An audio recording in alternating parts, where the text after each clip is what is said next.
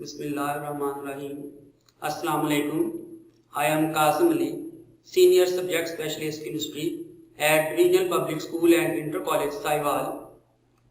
Dear students, I welcome you in online classes at DPS and Inter College Sahiwal. Let's start our today's lesson. Dear students, आज हम chapter number 4 liquids and solids lesson number 4.6 topic है इसमें solids.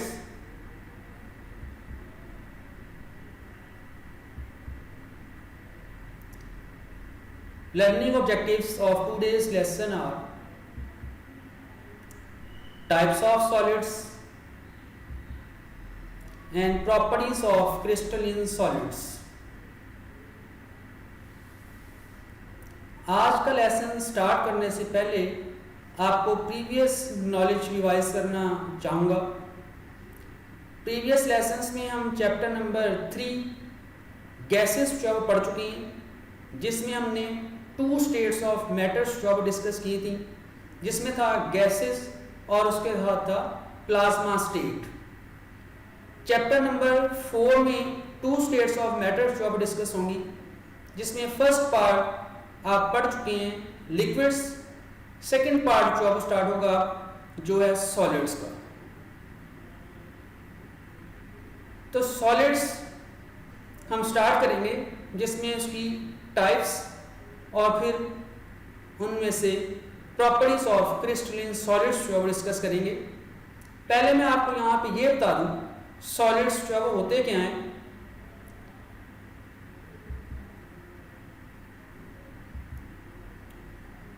Solids actually state of matter which have definite shape and definite volume, and particles of the solids have fixed position, strong forces of attraction among the particles of solids, minimum amount of energy of the molecules of the solids, strong forces of attractions, minimum distance between the molecules or particles of the solids,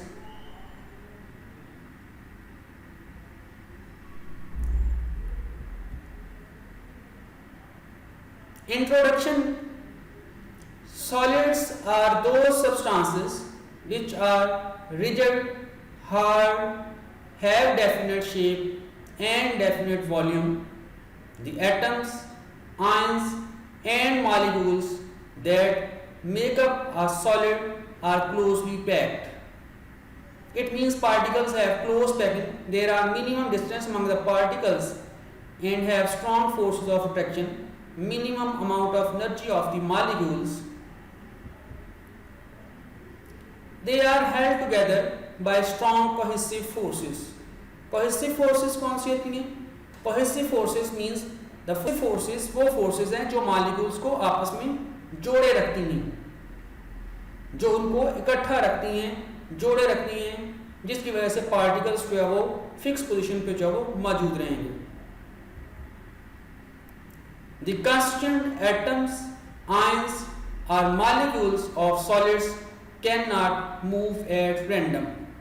जैसे कि पीछे gases में और liquids में हम पढ़ चुके हैं कि मॉलिक्यूल्स या पार्टिकल्स वहां पे जो रैंडमली मूव कर सकते हैं, लेकिन सॉलिड्स में जो वो रैंडम मोशन नहीं होगी। There exist a well ordered arrangement in solids. Solids में जो पार्टिकल्स का जो एक खास पैटर्न होता है, तरतीब होती है, जिसके जरिए पार्टिकल्स एक दूसरे के साथ जुड़े हुए होते हैं। इसके बाद सॉलिड्स जो है उसकी types of solids can be classified on the basis of the regular arrangements of constituent atoms, ions or molecules. There are 2 types of solids in this respect. That is, first one crystalline solids, secondly amorphous solids. Here we will explain turn by turn amorphous solids and crystalline solids. First one, crystalline solids. ये होंगे जी crystalline solids जिसमें particles का definite regular 3 dimensional arrangement होगा। Amorphous means shapeless, जिनकी कोई खास definite arrangement नहीं होगी, जैसे ग्लास, इसमें रबर हो सकता है, प्लास्टिक हो सकता है, ग्लू हो सकता है। ये एग्जांपल्स हैं एमॉर्फस सॉलिड्स। इस पिक्चर से भी हमें वाज़ेह हो जाएगा, क्रिस्टलाइन सॉलिड्स में पार्टिकल्स एक खास तरतीब के साथ रेगुलर 3 डायमेंशनल अरेंजमेंट के साथ जॉब अरेंज होंगे, जबकि एमॉर्फस सॉलिड्स के अंदर पार्टिकल्स का रेगुलर 3 डायमेंशनल अरेंजमेंट नहीं होगा।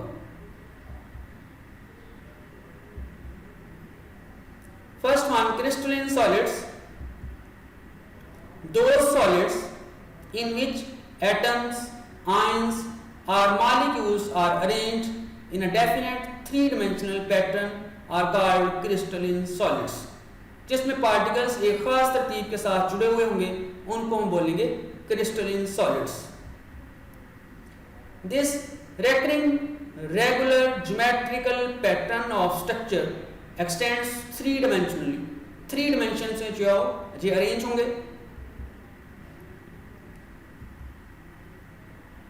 Amorphous solids, all solids are not crystalline solids। The word amorphous means shapeless। Amorphous substances are those whose constituent atoms, ions or molecules do not possess a regular orderly arrangement। जैसे कि crystalline solids के अंदर जो एक खास definite regular 3 dimensional arrangement जो होता है पार्टिकल्स का, उस तरह से अमॉर्फस सॉलिड्स पार्टिकल्स का नहीं होगा, उसकी कोई खास क्रिस्टलाइन शेप नहीं होगी। The best examples are glass, plastic, rubber, glue, etc. These substances have solid state properties and virtually complete maintenance of shape and volume, but they do not have an ordered crystalline state।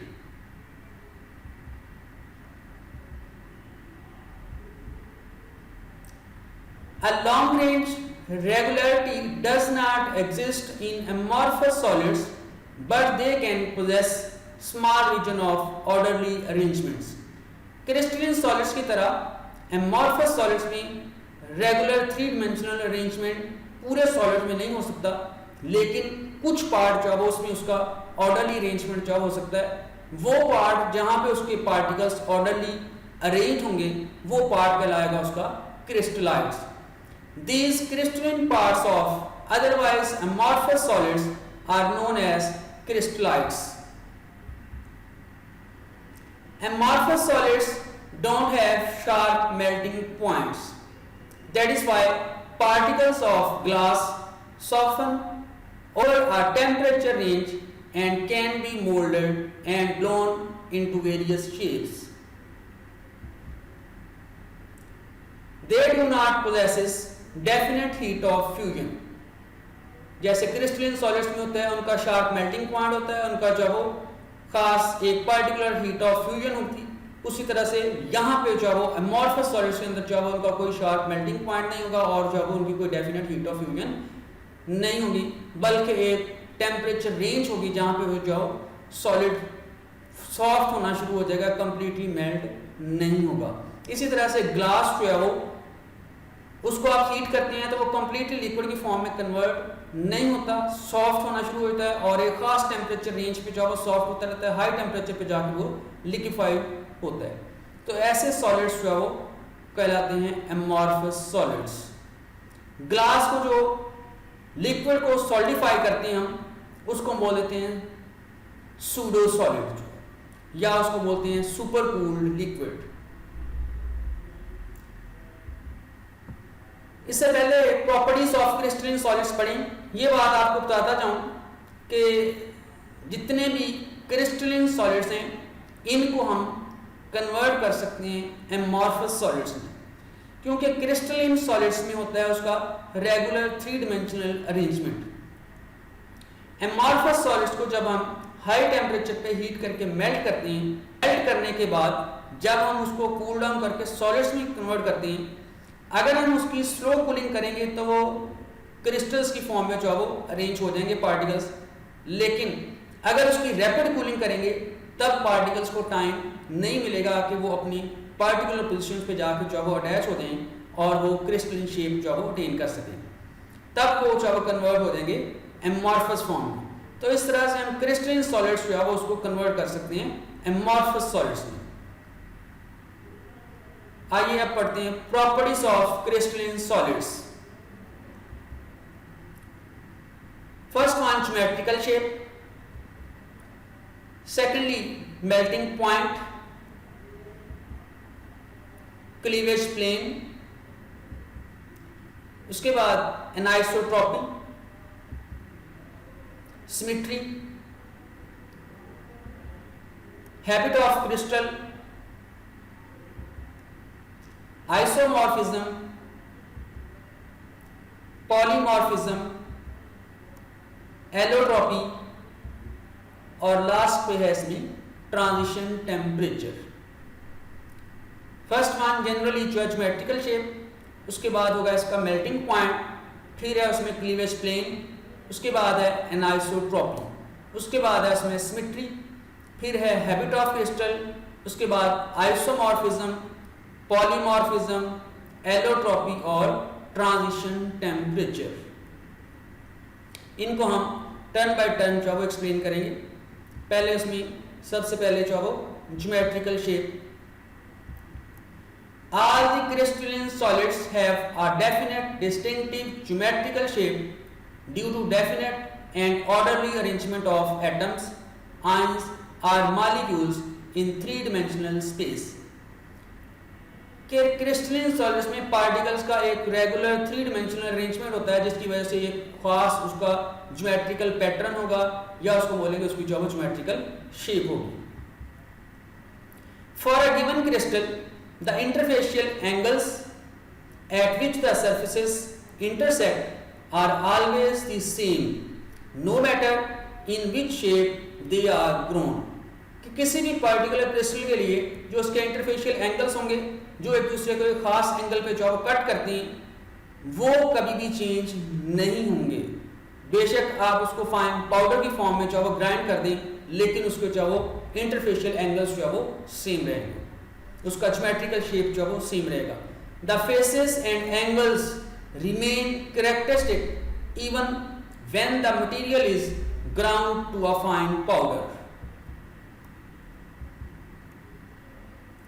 Second है उसका melting points.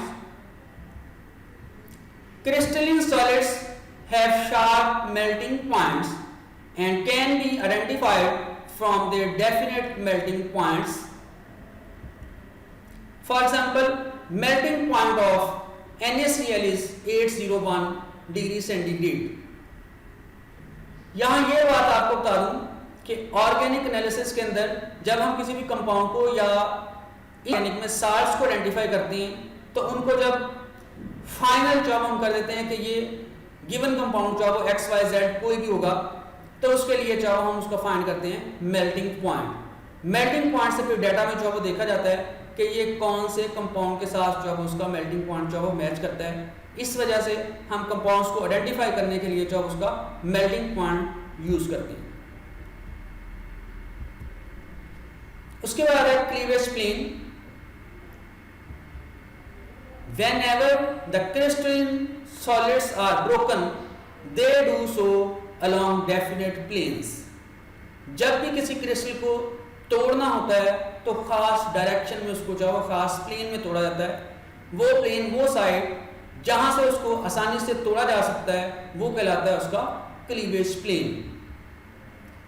These planes are called the cleavage planes and they are inclined to one another at a particular angle for given crystalline solid। ये जो cleavage plane होंगे ये एक दूसरे के ऊपर इंक्लाइन होंगे और इनका एक पर्टिकुलर एंगल होगा, वो क्रिस्टल टू क्रिस्टल जो है वो वेरी करेगा। The value of this angle varies from one solid to another solid. ये देख सकते हैं आप डायग्राम से कि जहां पे पार्टिकल्स एक रेगुलर पैटर्न में रेंज हैं, इनको एक खास डायरेक्शन में चाहो आप फोर्स लगाएंगे तो टूट सकेगा, लेकिन अगर आप खास एंगल पे फोर्स नहीं लगाते तो फिर वो आसानी से नहीं टूटेगा। वो डायरेक्शन जहां पे फोर्स लगाने पर क्रिस्टलिन सॉलिड्स आसानी से ब्रेक डाउन चाहो हो जाएंगे, उनको हम बोलेंगे उसका क्लीवेज प्लेन। इस फिगर में आप देख सकते हैं ग्रीन लाइन से जो शो किया हुआ है, जहां पे पार्टिकल्स एक दूसरे से अलग हो रहे हैं, वहां पे आप फोर्स लगाएंगे तो आसानी से चाहो टूट जाएगा। जबकि पिंक लाइन से जो शो किया हुआ है, वहां पे पार्टिकल्स के अंदर से चाहो लाइन गुजरती है, यहां पे आप फोर्स लगाएंगे तो पार्टिकल अलग नहीं होंगे और यहां से उसको तोड़ना मुश्किल होगा। वो साइड, वो एंगल, वो प्लेन जहां से आप क्रिस्टल के ऊपर फोर्स लगाएंगे और वो आसानी से टूट जाएगी, वो कहलाएगी उसकी क्लीवेज प्लेन, और डायरेक्शन के चेंज करने से ये चेंज हो जाएगी। नेक्स्ट प्रॉपर्टी है इसमें anisotropy. Some of the crystals show variation in physical properties depending upon the direction. कुछ प्रॉपर्टीज क्रिस्टल्स की ऐसी होती हैं जो डायरेक्शन के चेंज करने से चेंज हो जाती हैं। ऐसी प्रॉपर्टीज को हम बोल देते हैं एनाइसोट्रॉपिक प्रॉपर्टीज, और फिनोमेना कहलाता है anisotropy. Such properties are called anisotropic properties and the phenomena is referred to as anisotropy. The physical properties of crystalline solids like refractive index, coefficient of thermal expansion, electrical and thermal conductivities are sometimes anisotropic in nature for some crystals. Common example है इसकी graphite. Graphite में हम देख सकते हैं, graphite में particles, carbon atoms जो है वो लेयर्स की फॉर्म में अरेंज होते हैं, जिसमें हर कार्बन एटम 3 कोवलेंट बॉन्ड बनाता है और अपना 4th इलेक्ट्रॉन जो वो फ्री इलेक्ट्रॉन के तौर पर जो छोड़ता है, जो इनमें मौजूद होता है बिटवीन दी लेयर्स। अगर जो हम यहाँ पे electrode parallel to the layers लगाएंगे तो कंडक्टिविटी शो करेगा, और अगर यही electrodes perpendicular to the layers जो लगाएंगे तो फिर ये जो है कंडक्टिविटी शो नहीं करेगा।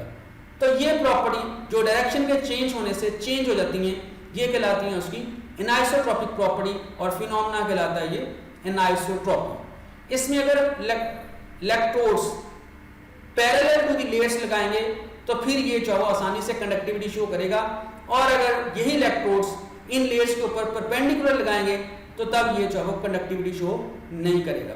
तो डायरेक्शन के चेंज होने से ये प्रॉपर्टी जो है उसकी कंडक्टिविटी चेंज हो जाएगी, इसलिए ये कहलाएगी उसकी एनाइसोट्रॉपिक प्रॉपर्टी, और फिनोमेना कहलाएगा ये anisotropy.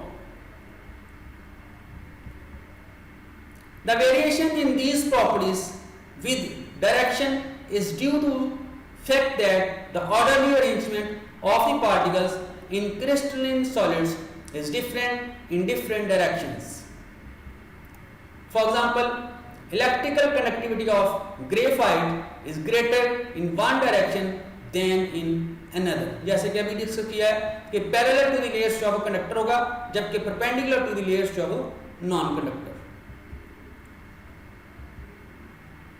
Actually, electrons in graphite are mobile for electrical conduction parallel to the layers only.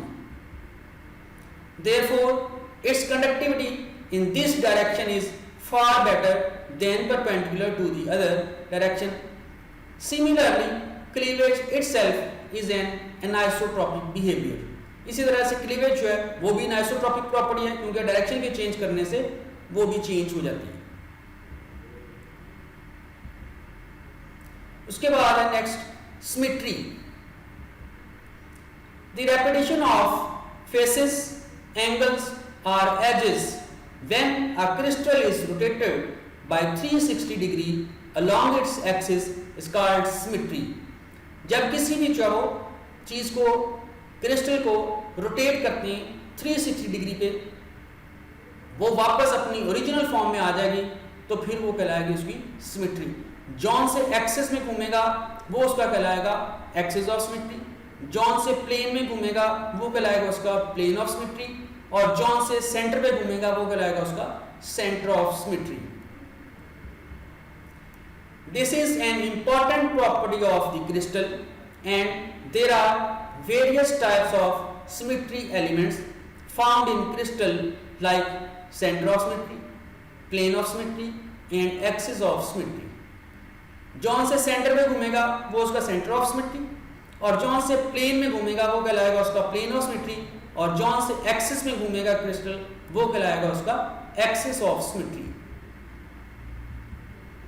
यहाँ फिगर से देख सकते हैं हम कि ये जो पहला क्रिस्टल बना हुआ है इसमें जो दरमियान में रेड लाइन शो की गई है हेक्सागोनल स्ट्रक्चर में, उसमें आप इस सेंट्रल लाइन के लॉन्ग चौबस को रोटेट करेंगे 360 डिग्री पे तो ये वापस अपनी ओरिजिनल फॉर्म में आ जाएगा। तो ये जो जिस सेंटर में घूमेगा वो उसका सेंटर ऑफ सिमेट्री, और जॉन से एक्सिस में घूमेगा वो उसका एक्सिस ऑफ सिमेट्री, और जॉन से प्लेन में घूमेगा वो कहलाएगा उसका plane of symmetry.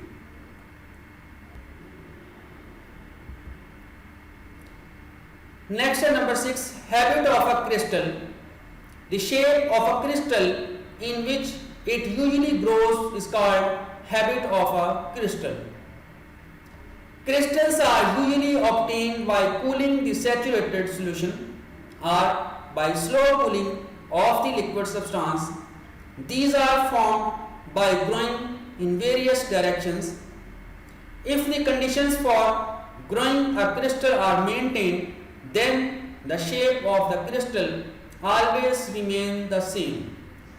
If the conditions are changed, then the shape of the crystal may change.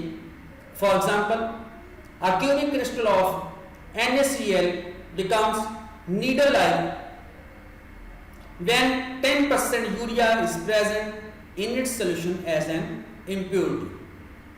आमतौर पर जो जिस शेप में क्रिस्टल जो ग्रो करता है वो कहलाता है उसका हैबिट ऑफ क्रिस्टल। वो चेंज हो जाता है अगर हम उसके अंदर इम्प्योरिटी जो वो डाल दें। इम्प्योरिटी के डालने से उसका क्रिस्टल फॉर्म जो है वो चेंज हो जाएगा, उसका हैबिट जो है वो चेंज हो जाएगा। तो यूं जो कहता है प्योर क्रिस्टल्स जो है प्योर सोल्यूशन की फॉर्म में जब होंगे तो उस वक्त जॉन सी क्रिस्टल फॉर्म में वो ग्रो करता है वो कहलाता है उसका हैबिट ऑफ क्रिस्टल। नेक्स्ट है इसमें आइसोमॉर्फिज्म। जैसे वर्ड मीनिंग देख सकते हैं, iso means same, morph mean shapes, different crystalline forms की same shape. Isomorphism is the phenomena in which two different substances exist in the same crystalline form. कि जब दो different compounds एक ही crystalline form में exist करेंगे तो वो different crystals solids जो है वो कहलाएंगे उसके isomorphs, और phenomena कहलाएगा isomorphism. These different substances are called isomorphs of each other. A crystalline form is independent of chemical nature of the atoms and depends only on the number of atoms and their way of combinations. ये depend करता है उसमें कितने number of atoms मौजूद हैं और वो किस तरह से एक दूसरे के साथ जुड़े हुए हैं। Following examples tell us the nature of the compound, their crystalline forms and the ratio of their atoms. For example, sodium nitrate and potassium nitrate both grows in rhombohedral crystalline form and have atomic ratio 1:1:3. अब इन दोनों compounds में atoms की ratio जो है वो same है 1:1:3, तो इसलिए ये सेम क्रिस्टलाइन फॉर्म में जो है वो ग्रो करती हैं, इसलिए ये एक दूसरे के कहलाएंगे आइसोमॉर्फ और फिनोमेना कहलाएगा isomorphism. Similarly potassium sulphate and potassium chromate exist in orthorhombic form having atomic ratio 2:1:4। इसके अलावा इसमें है zinc and cadmium grows in hexagonal form and have atomic ratio 1:1।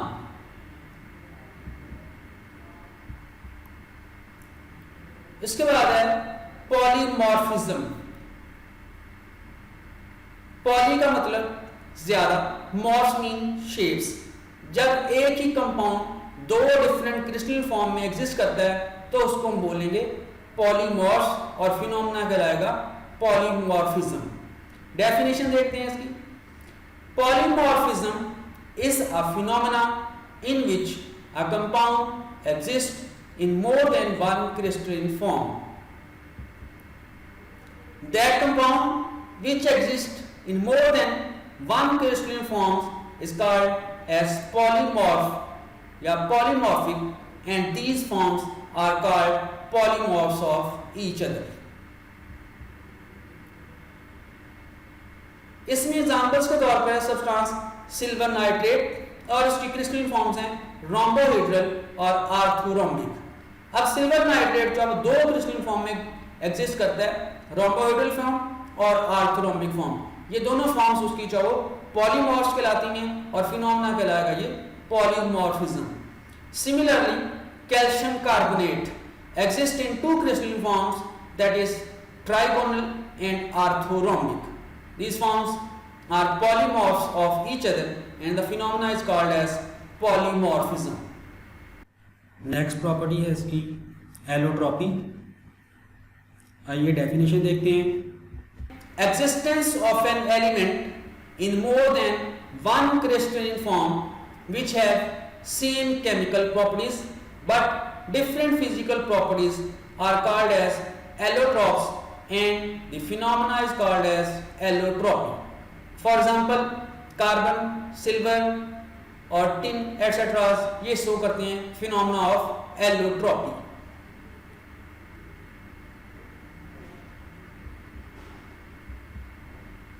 Example में ये कार्बन की डिफरेंट एलोट्रॉपिक फॉर्म्स जो है वो शो की गई। पहले उसमें जो carbon in the form of graphite. अब है सब में जो एलिमेंट कार्बन, लेकिन तीनों में उसकी जो क्रिस्टल शेप जो वो डिफरेंट है, इसलिए ये एक दूसरे के एलोट्रॉप्स कहलाते हैं और फिनोमेना कहलाता है इसमें एलोट्रॉपी। फर्स्ट वन ग्रेफाइट, जिसमें कार्बन 3 कोवलेंट बॉन्ड जो बनाता है, तो तीनों में ये है कार्बन, जिसमें इनकी फिजिकल प्रॉपर्टीज जो है वो डिफरेंट है, लेकिन केमिकल प्रॉपर्टीज जो है वो इन तीनों की सेम। नेक्स्ट है transition temperature. It is that temperature at which two crystalline forms of the same substance can coexist in equilibrium with each other. Temperature at which two crystalline forms of the same substance can coexist in equilibrium with each other. ये वो temperature है जहां पे एक ही compound की दो different crystal forms जो है वो एग्जिस्ट कर सकती हैं, वो टेम्परेचर कहलाता है उसका transition temperature. At this temperature one crystalline form of a substance changes to another. Above and below this temperature only one form exist. A few examples for those substances which shows allotropy and possesses a transition temperature are given below. For example, tin की दो different crystal forms हैं, grey tin cubic form में और दूसरा है इसमें white tin in the form of tetragonal structure. Temperature 13.2 degree centigrade पे इसकी दोनों फॉर्म्स जो एग्जिस्ट करती हैं। 13.2 डिग्री से जब टेम्परेचर ज्यादा करेंगे तो फिर होगा उसमें व्हाइट टिन, और जब टेम्परेचर 13.2 से आप नीचे लेके जाएंगे तब ये जॉब एग्जिस्ट करेगा ग्रे टिन की फॉर्म में। इसके अलावा है सल्फर। सल्फर रोम्बिक फॉर्म में एग्जिस्ट करता है, इसके अलावा मोनोक्लिनिक फॉर्म है। 95.5 डिग्री सेंटीग्रेड जॉब कहलाता है इसका ट्रांजिशन टेम्परेचर, क्योंकि इस टेम्परेचर पे इसकी ये दोनों फॉर्म्स जॉब एग्जिस्ट करती हैं। अगर 95.5 से टेम्परेचर नीचे लेके जाएंगे तो इसकी रोम्बिक फॉर्म में एग्जिस्ट करेगा, और अगर 95.5 से इसका टेम्परेचर ऊपर ले जाएंगे तो ये एग्जिस्ट करेगा मोनोक्लिनिक फॉर्म में। थर्ड एग्जांपल है इसमें पोटाशियम नाइट्रेट आर्थोरोमिक फॉर्म, और दूसरा है इसमें पोटाशियम नाइट्रेट रोम्बोहेड्रल। टेम्परेचर है इसका 128 degree which is transition temperature, जिस पे ये दोनों फॉर्म्स जो एग्जिस्ट करती हैं। 128 डिग्री से नीचे होगा तो होगा ये आर्थोरोमिक, और अगर 128 से ऊपर होगा तो ये होगा रोम्बोहेड्रल। इसके अलावा एग्जांपल है इसमें sodium sulphate decahydrate, hydrated form of sodium sulphate, और दूसरा है इसमें सोडियम सल्फेट एनहाइड्रस, जिसमें से ये वाटर मॉलिक्यूल जो निकाल दिए गए। 32.38 degree centigrade is called as transition temperature for sodium sulphate. अब 32.38 इससे नीचे होगा टेम्परेचर तो इसकी एग्जिस्ट करेगी हाइड्रेटेड फॉर्म, और अगर 32.38 से ऊपर टेम्परेचर ले जाएंगे तो फिर ये जो चला जाएगा एनहाइड्रस फॉर्म में, जिसमें 10 वाटर मॉलिक्यूल्स जो इसमें से निकल जाएंगे। इसके अलावा है sodium carbonate decahydrate higher hydrated form, temperature इसका 32.38 डिग्री, और इसके साथ इसकी दूसरी फॉर्म जो एग्जिस्ट करती है sodium carbonate heptahydrate lower hydrated form, जिसमें से 3 वाटर मॉलिक्यूल्स जो इसके निकल जाते हैं। It has been noticed that the transition temperature of the allotropic forms of an element is always less than its melting point। ये बात शो कर लेंगे यहाँ पे उसका ट्रांजिशन टेम्परेचर हमेशा उसके बॉइलिंग पॉइंट से नीचे होगा।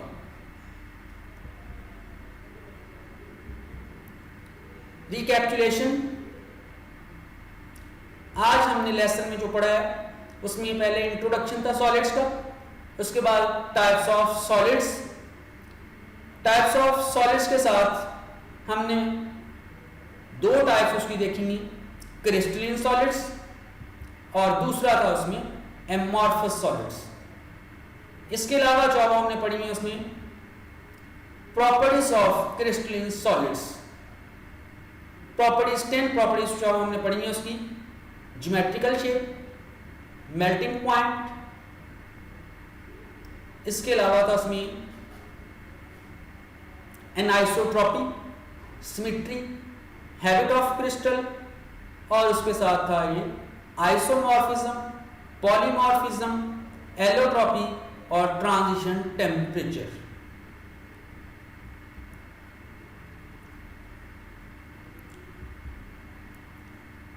डियर स्टूडेंट्स, उम्मीद है आपको आज का लेक्चर समझ आ गया होगा। इससे रिलेटेड जो क्वेश्चन आपको दिए असाइनमेंट के तौर पर।